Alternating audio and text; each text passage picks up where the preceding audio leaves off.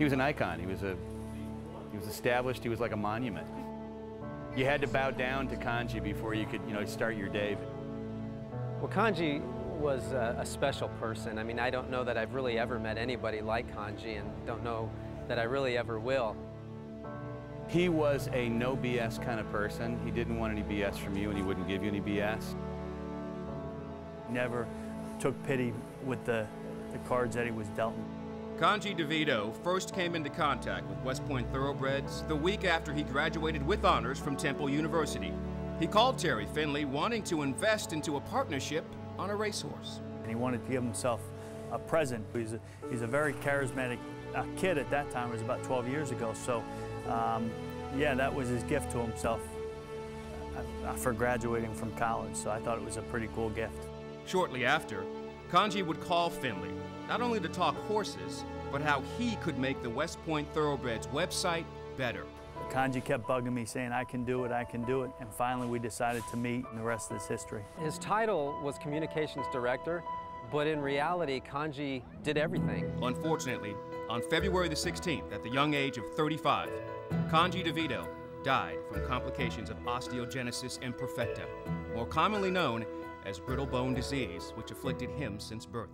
It's been hard, since we lost Congie. There wasn't a day go by where I didn't talk to Congie on the phone. I was fortunate I get to be one of the people to give eulogy at Congie's funeral. And certainly there were very sad moments, but it was really a celebration of his life.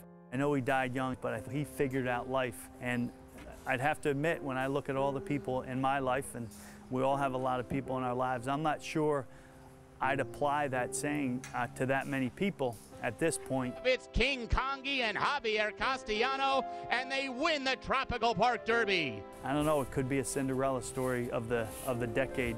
But the Cinderella story took an unexpected turn when King Congie was forced to scratch from the Spiral Stakes. We think it's fate that we had to scratch from the Spiral, that Congie was just kind of working the puppet strings there, and that's why we're here today in the Bluegrass. It's a great celebration. Although a third-place finish in Keeneland's signature race wasn't enough to put King Congie in the Kentucky Derby starting gate, it did keep the dream alive for another prominent race, the Preakness.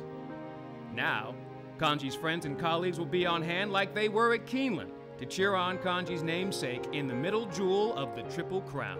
When he died, I wrote a little piece for the company just to kind of describe what I think is maybe going on in heaven right now. That he's out of his wheelchair, that he's running, and that he's hugging a lot of people.